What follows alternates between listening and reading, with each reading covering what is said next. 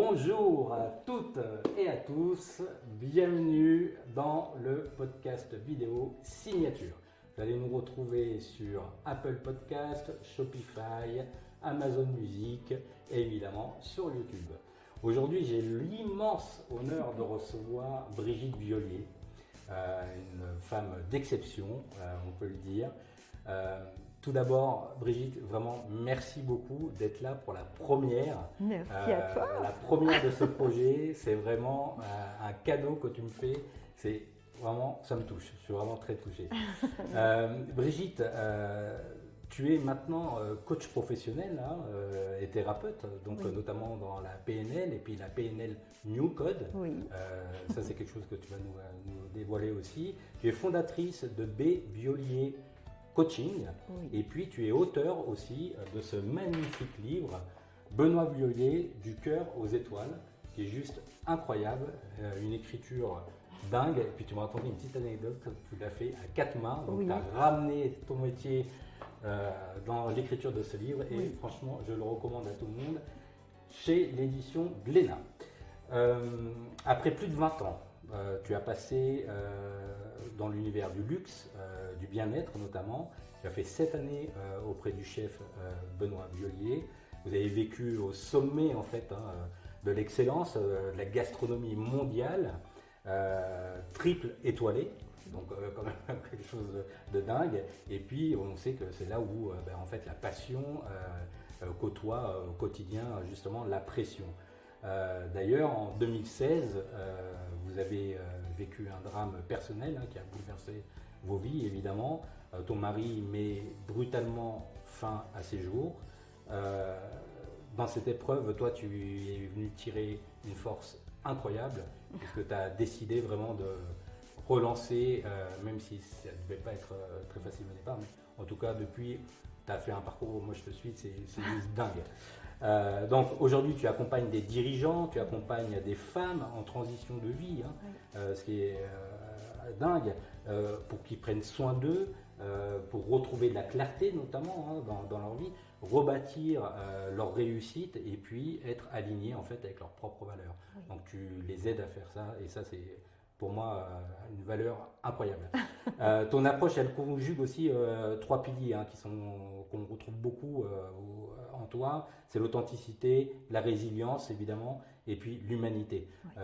Puisqu'on sait très bien que pour remettre tout ça en place, quand justement on a des défaillances, on sait que la conversation oui, sur la résilience et la performance, ça devient hyper important, puisque c'est là où il ne reste plus que l'humain en fait. Oui. Voilà, alors j'ai fait une longue présentation, mais Il y avait à dire. Il y avait à dire. Apparemment. Il y a une belle expérience de vie, donc voilà. Donc on va parler de plusieurs thématiques, et notamment la première aujourd'hui, c'est dans le contexte personnel, ton actualité. Et donc aujourd'hui dans cette mission, qu'est-ce qui te fait te lever en fait tous les jours? Alors moi, ce qui m'anime vraiment tous les jours, c'est de me dire que la vie des personnes que j'accompagne régulièrement, ou en tout cas dans des moments précis de leur vie, c'est comme si quelque part j'avais une baguette magique. Et paf, moi je trouve ça assez incroyable. Je n'ai pas une recette particulière. Après, c'est vrai que c'est l'expérience, bien sûr mes formations de coaching et de tous les outils que l'on utilise, mais en même temps, l'humain me surprend toujours. Et cette faculté finalement, quand on lui met cette possibilité de se dire, tu as la possibilité de changer, d'avoir la vie vraiment que tu veux, ou où tu veux l'amener, d'y penser, de la construire, ça change tout, quoi. Tu leur révèles en fait leur intérieur concrètement. Ouais, quoi. mais quelque part, c'est comme si c'était quelque chose qui était là, mais enfoui, qui voulait pas sortir ou qui n'osait pas. Ouais, il y a quand même cette, je dirais finalement, je leur permets d'oser. D'accord. Ok. Ouais. Ça, donc c'est la motivation de Ouais, chaque matin, ouais, de te ouais. dire, on Ouais, va ça aller marche. oser, il faut oser, c'est génial. Ouais. Ok. Et du coup, dans ta façon d'accompagner les gens, depuis la sortie de ce livre. Oui. Qu'est-ce qui a changé au prime abord comme ça? Alors, initialement, je voulais écrire ce livre pour vraiment sensibiliser les cadres dirigeants à veiller sur leur santé mentale et se dire, ben, si ça m'est arrivé, et ça arrive à un chef d'un niveau si haut, ça peut arriver à tout le monde et de façon très insidieuse finalement. Parce que quand on regarde le processus que je décris quand même un peu dans le livre et comment je l'amène finalement presque au quotidien par des petites choses qui font qu'au final ça va finir autre quoi. Ça va s'arrêter finalement. Eh bien, c'est quelque chose qui est assez classique et c'est des mécanismes qui sont connus. Mais la différence à travers ça, c'est qu'on se dit toujours que ça ne m'arrivera pas.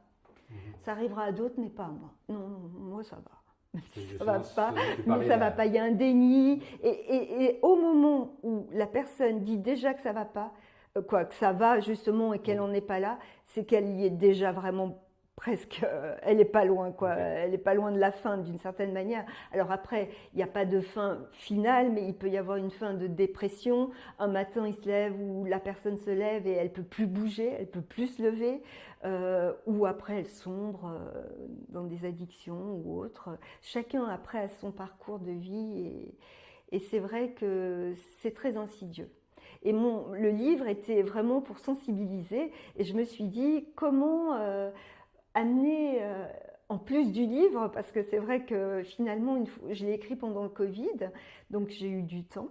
Et c'était idéal, je dirais, parce que on a pu vraiment travailler sur les réflexions, le finir vraiment dans les détails, peaufiner l'écriture sans être non plus trop frontal, parce que c'est pas le sujet du livre. Le sujet du livre, c'est ma vie avec Benoît, comment on vit avec un chef étoilé, parce que finalement, on en connaît tous quelques-uns, mais pas de très près, et on n'imagine pas finalement le rythme de vie qu'ils ont à des niveaux c'est tels très grand sportif en fait.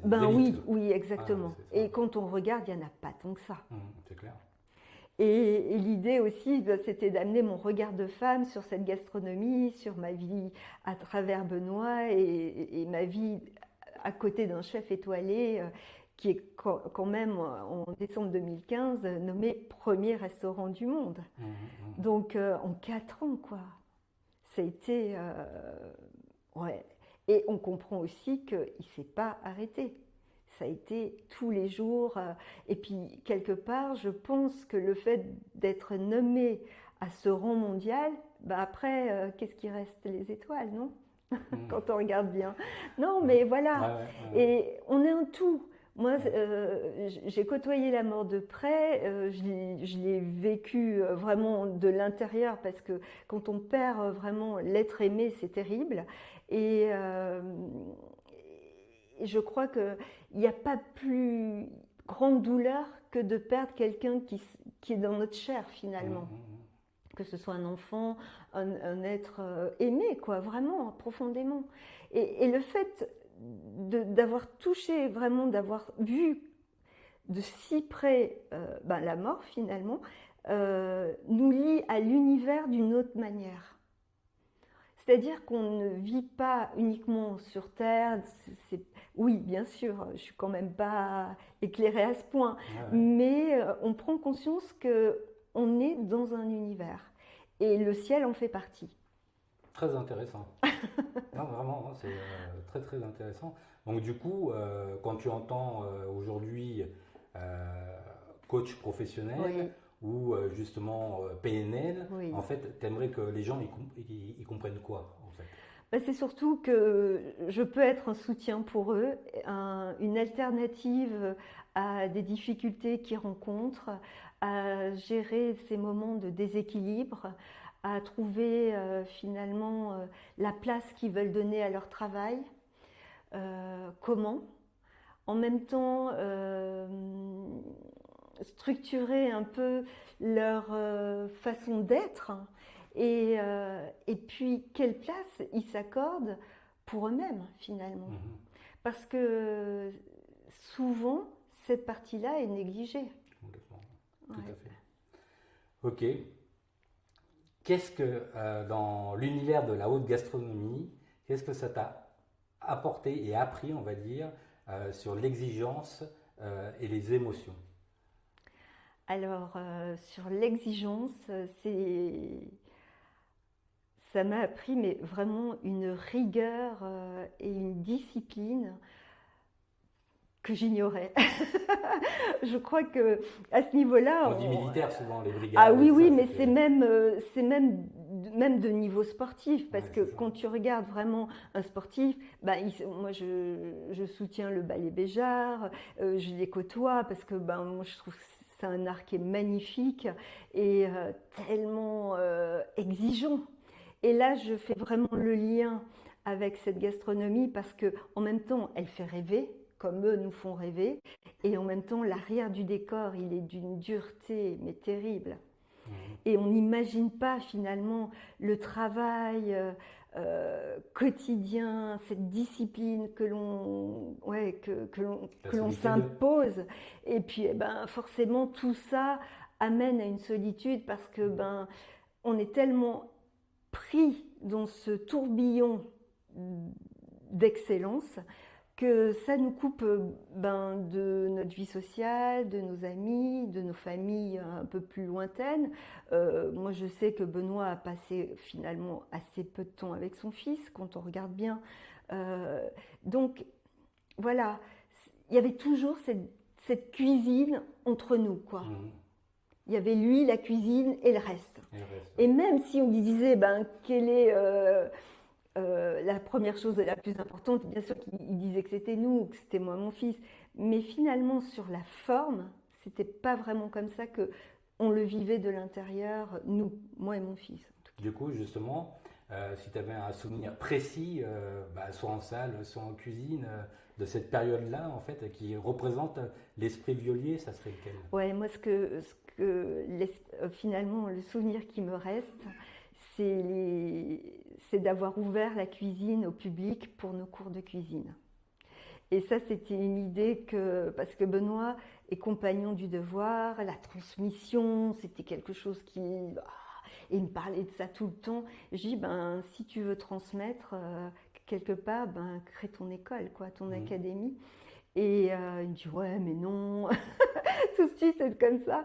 Et puis je dis, si. Et puis il me dit, ouais, mais ça... À Crissier, on n'a jamais fait ça. Je dis, oui, mais à Crissier, on innove aussi. Oui. Et donc, du coup, si tu devais comparer justement un service en restauration et puis un coaching, ça serait quoi les points communs? C'est le déroulement finalement. Il y a une entrée, un plat et un dessert. On va dire, c'est dans un coaching, il y a la prise de contact. Après, on travaille vraiment le fond et après, on termine par un peu de douceur quand même. On relativise. Donc, je dirais c'est ça. Là, aujourd'hui, tu as accompagné combien de personnes à peu près depuis que tu as démarré? Ah, tiens, j'ai pas compté, mais plus d'une centaine, je pense. Plus d'une centaine? Ouais. Et est-ce que tu... C'est pas énorme, mais bon, c'était pas très longtemps, C'est déjà beaucoup, tu sais. Ouais, si on devait ramener 100 personnes dans cette pièce, oui, c'est vrai, ça ferait du monde. On s'apercevrait que c'est beaucoup. Oui. Tu te souviens de chaque coaching? Pratiquement, oui. Pratiquement. Oui. Et je me souviens surtout de chaque moment qui a été... déclencheur qui a été... Ouais, ça c'est... Comme je me souviens de certains services, alors je me souviens plus vraiment des visages, mais je me souviens par exemple d'une anecdote, par exemple, comment t'expliquer, quand c'était un anniversaire précis et que c'était les 10 ans d'un des jeunes, je me souviens de ces moments-là. Après, je me souviens plus des visages parce que j'ai vu trop de monde. Mais je me souviens, et quelquefois on me dit, ah mais Madame Violier, on était venu une fois en cuisine. Et je dis, ah ben mais dites-moi, c'était prévu que vous soyez en cuisine? Non, justement. Et c'est toutes ces petites choses qui font que, ah oui, ça y est, je me souviens. Ok, génial. Et donc du coup, en ayant accompagné tous ces dirigeants, toutes ces femmes comme ça en transition, qu'est-ce qui relie vraiment leurs difficultés? Leur point. difficulté, c'est la perte de sens. Vraiment, à un moment donné, ils ne savent plus où aller, pourquoi, comment. Euh, Ils ont un acquis et, ils ne savent plus quoi en faire finalement. Ils ne savent plus comment l'utiliser pour être utile dans un futur proche et à moyen terme, et voire plus. Ok. Ouais, ouais. Intéressant. Et donc, du coup, maintenant, si tu accompagnes tous ces dirigeants, donc ils ont un certain âge, hein, c'est des Ouais. quarantenaires, Oui, il y a un peu cinquantenaires de à peu tout. près, Ouais. voilà. Et donc, justement, maintenant, quand tu vois la génération, la nouvelle génération, la Ouais. génération Z, hein, Ouais. qui est au travail, d'après toi, tu les trouves beaucoup plus lucides ou beaucoup plus fragiles? Eh bien, je dirais les deux, parce qu'ils ont une façon de penser que moi, à leur âge, je n'avais pas, et que j'ai appris à avoir bien plus tard. Mais à côté de ça, ils ont une fragilité que nous, on n'avait pas. On n'avait pas peur, on essayait, ouais, on avançait, on avait envie surtout euh, ouais, de se réaliser, d'avoir notre première maison, notre première vacances, nos voitures. Enfin, c'était des objectifs de vie que eux n'ont pas finalement. Peut-être qu'ils sont plus anxieux. Oui, il y a une Il y a anxiété, une il y anxiété. a une anxiété face à Ce qui est l'avenir, assez vrai. ouais, et puis un positionnement qui est difficile. Ils se cherchent. Ok. Ils cherchent leur place dans la société et pourtant ils ont plein de talents. Et ce qui est intéressant aussi, c'est qu'ils ont plein de possibilités. Mais je pense aussi, là aussi, il y a un besoin de sens peut-être à trouver et à explorer.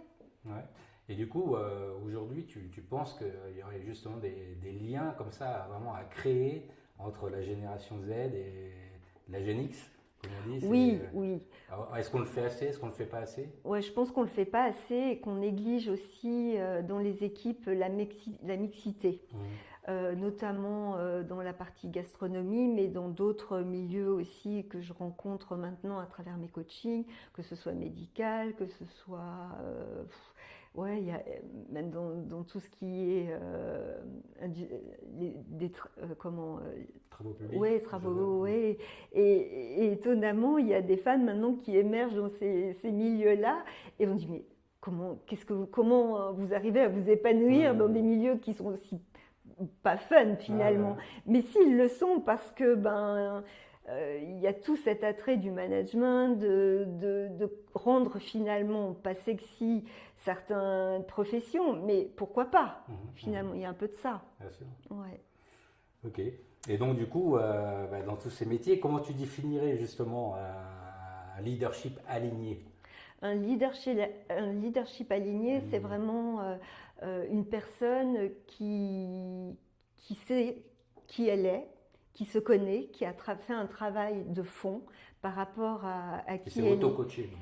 Oui, ou analyser, ou à travers peut-être des disciplines sportives ou des passions, s'est révélé et a permis de mieux se connaître, mieux réfléchir, à obtenir des temps de repos en dehors des vacances, mais peut-être 15 minutes dans le bureau, juste elle face à elle. Après, chacun a son protocole finalement, mais c'est tous ouais, ces habitudes qui aident à avoir une posture et une exemplarité face ouais, à son entourage professionnel comme personnel qui favorise ce leadership. Donc c'est, comme on dit, essayer de trouver une sorte de routine, mais qui Oui. nous est propre en fait. Oui, mais c'est une routine presque habituelle. C'est pas se dire ah bah aujourd'hui je tente pas à faire. Aujourd'hui ouais, j'ai 3 pages à lire et puis si je les lis tous les jours, à la fin à la fin de l'année j'aurais lu je sais pas combien de livres.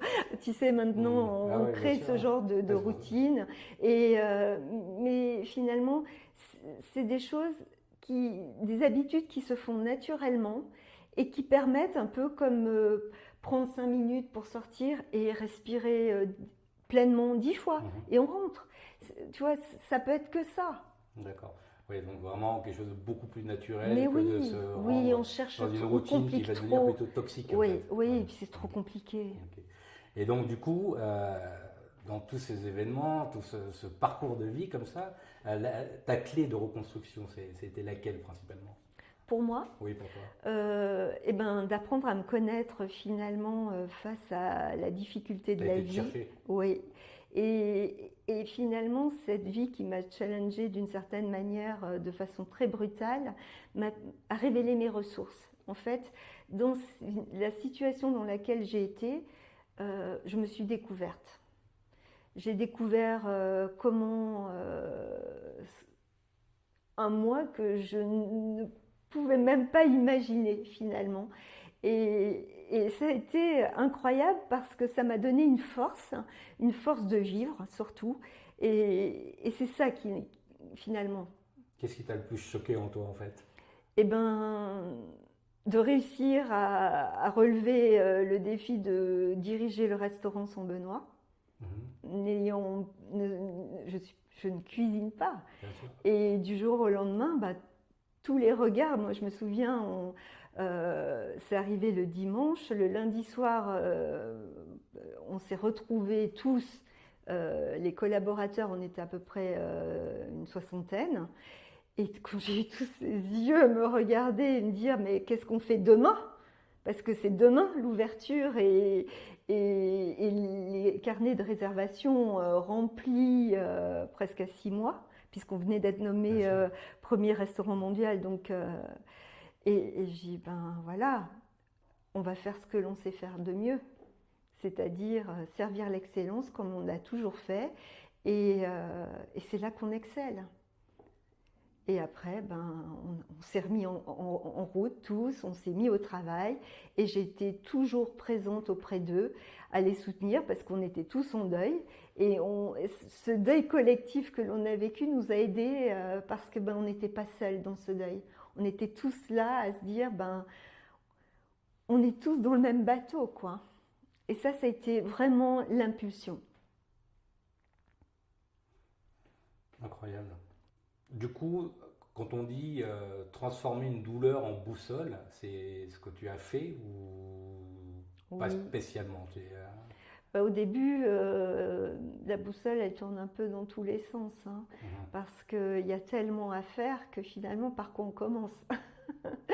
Et en même temps, il y a un arrêt. Je ne sais pas comment dire. Il y a une effervescence au niveau professionnel parce que ben, il y a un restaurant à faire tourner, d'accord, mais à côté de ça, il n'y a plus le cœur. Donc comment moi j'essaie d'alimenter tout ça, mais qui m'alimente finalement? Et c'est là où il y a le vide. Et il y a mon fils quand même qui est là Oui. et qui, heureusement, ben voilà, c'était la première raison de vivre, je pense, avant la mienne. Ouais. Donc du coup, là, tu arrives dans quelque part une forme de solitude, Oui. en fait. Et même, je dirais, quand tu portes tout comme ça, seul, en silence, comment tu concrétises ce moment? Ben, c'est difficile parce que quelque part, c'est quelque chose qui m'est totalement inconnu. Donc, finalement, dans ces moments de silence et de solitude, euh, c'est un peu comme si on me parachutait dans une ville que je ne connais pas, qui est comme Paris, New York, ou un truc énorme, Mhm. et que je suis là et j'observe, mais personne ne me voit, quoi. Tu vois? C'est un peu cette sensation-là. C'est comme si on est invisible quelque part parce que eh ben, la personne qui me regardait, pour qui j'ai fait tout ça et pour qui je vivais en plus de mon fils, ben, elle n'est plus là. Mhm. Donc, qui va me regarder maintenant? Pour qui je vais faire ça? En plus que des clients, parce que bon, bah ça, c'est voilà, c'est pas le cœur Bien sûr. finalement. Et ça, c'est ouais, c'est assez glaçant quand même. Du coup, c'est ce qui a provoqué tout à l'heure, tu me disais en off, on en Ouais, parle, ouais. tu as ton propre temps maintenant. Oui, oui, oui. Ben maintenant, ces moments-là, finalement, rentrent dans mes habitudes de ressourcement, je me dis, ah tiens. Et puis, c'est peut-être un moment où je me connecte à lui quelque part, tu vois, Ok. où je reçois sa force, où à travers le coaching, on travaille aussi beaucoup le questionnement, bien sûr. Et il est venu, à un moment, on explique que si tu veux la vie que tu veux, ben, tout est dans tes mains, construis-la, quoi. Et à un moment, c'est ce qu'on a fait, et à un moment, dans des étapes de vie, euh, la vie t'amène là où, quelque part, elle te montre le chemin. Alors, tu l'écoutes ou tu l'écoutes pas, mais tu as des signes. Et finalement, j'ai appris à me dire, mais finalement, qu'est-ce que la vie attend de moi? Tu vois, poser la question de façon différente et à travers ce qu'elle attend de moi, qu'est-ce qui a du sens? C'est hyper Voilà. intéressant. Du Ouais. coup, est-ce que c'est en lien avec on peut faire une petite parenthèse sur Oui. la PNL New Code? Oui, alors la PNL New Code, elle est très utile dans ces moments-là parce que justement, on est face souvent à des résistances, à des croyances que l'on a reçues dans son éducation, dans son environnement. Et là, dans la gastronomie, Dieu sait si c'est cloisonné, hein, parce que les croyances, tout ce qui est hors des clous, ben, n'a pas lieu d'être, c'est hyper rigide, ça manque vraiment de flexibilité, hein. Et moi, je ne suis pas comme ça. Mmh. Et finalement, ça m'a enfermée. Et, c'est quelque part, j'ai vécu ces années à Crissier un peu comme si je m'étais coupée du monde pendant toutes ces années. Et après, quand il a fallu que ben, je traverse la ville, or que j'étais itinérante, que je bougeais, j'ai voyagé dans toute la Suisse et ça, et ben, j'avais peur. Je me suis dit, mais est-ce que je vais y arriver? Est-ce que je connais je vais me souvenir de la route? Est-ce que je vais arriver à me garer là-bas? Enfin, toute une histoire comme ça parce que j'avais été coupée complètement de ce quotidien. Ouais, c'est comme un enfermement, vraiment. Impressionnant. Ouais. Alors on arrive sur la fin. Du coup, qu'aimerais-tu dire aujourd'hui à ceux qui en fait semblent vraiment très forts, mais qui s'épuisent en fait à l'intérieur? Oui, ben, ils sont pas seuls finalement. On croit toujours que la solution, elle va venir de nous, que c'est comment une faiblesse aussi d'avouer ses besoins, de demander de l'aide. Et à l'heure actuelle, c'est complètement dépassé ça, on n'est plus là-dedans. Quand on regarde, moi j'ai étudié les carrières, même ben, sans aller très loin, on regarde Federer. Si on compte le nombre de coachs qu'il a à côté de lui, les réussites dans les affaires, avec sa femme, ses réussites familiales quand même, c'est pas qu'un joueur de tennis, et c'est pas lui tout seul qui a réussi à faire tout ça. C'est impossible, c'est une industrie à lui tout seul. Donc voilà, c'est un exemple. Et finalement, dans la PNL, on appelle ça la modélisation. Comment s'inspirer finalement d'un grand champion à son niveau? Qu'est-ce que je peux prendre pour quel est son comment ce modèle que je peux dont je peux que je peux prendre et inspirer, adapter à moi-même et à ma structure pour pouvoir, et avec qui m'entourer aussi pour réussir, parce qu'une réussite ne se fait pas seule. Ok, donc justement, bah, si tu pouvais glisser un mot à ton toi d'il y a 10 ans, ou 15 ans, ou 20 ans, ça serait lequel? Eh bien, écoute, j'en ai des frissons rien que d'y penser parce que c'est vraiment mon mantra depuis plusieurs années. Je crois qu'il est encore plus ressorti quand j'ai écrit le livre parce que c'est que tout est possible. Merci beaucoup, Brigitte. Merci à toi. C'était un plaisir de te recevoir sur Signature, service compris. Merci pour tout ce que tu nous as partagé. Merci toutes pour ces cet confidences, et échange. merci pour ta confiance. Merci à toi. Et j'espère à Vraiment. très bientôt pour un Oui, deuxième épisode. mais oui, il y aura plein de Ou choses le à tien raconter. même. Ah Ou le oui, tien. pourquoi pas. Voilà. Super, merci Brigitte. Merci beaucoup. À bientôt, ciao. Vous pouvez nous suivre sur YouTube, podcast Apple, Amazon Music et Spotify. À bientôt, ciao.